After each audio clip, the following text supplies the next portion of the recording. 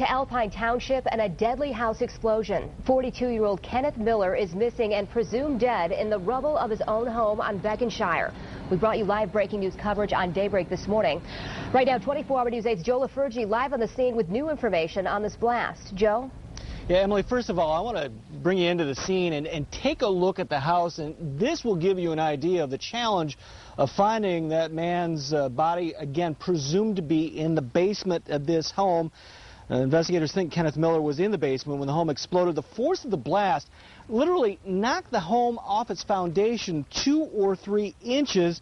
And, of course, he had the fire. That heavily damaged the structure as well.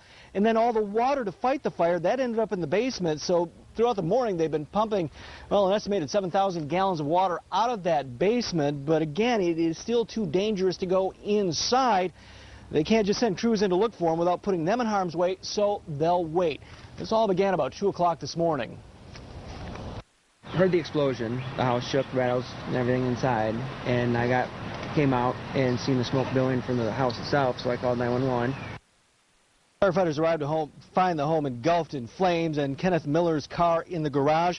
They also found indications that this may not have been an accident. The man's cat was found in a carrier in the backyard with a note attached, leading investigators to believe this was in fact a suicide. Miller lived alone in the home. This afternoon, heavy equipment and technical rescue teams from both the Grand Rapids and Walker fire departments will be standing by as they attempt to get in that house and again search for his body. Again, the first concern here now is crew safety. Well, the difficulty is so much of the house structure has collapsed, and there could be additional collapsing of the structure. Some of the trusses are weakened at this point. Some of those floor joists are weakened, and we've had no one injured at this point, and we don't want to extend that out. We want to come out of this safely. Back here live in the scene as to what caused that explosion. Well, they'll start to look at that after they find this man's body and get it out of there. Of course, their investigation will center on that basement area where they believe the explosion may have centered on.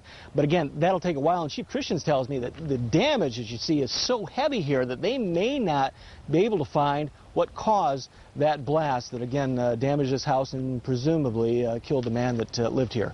Back to you.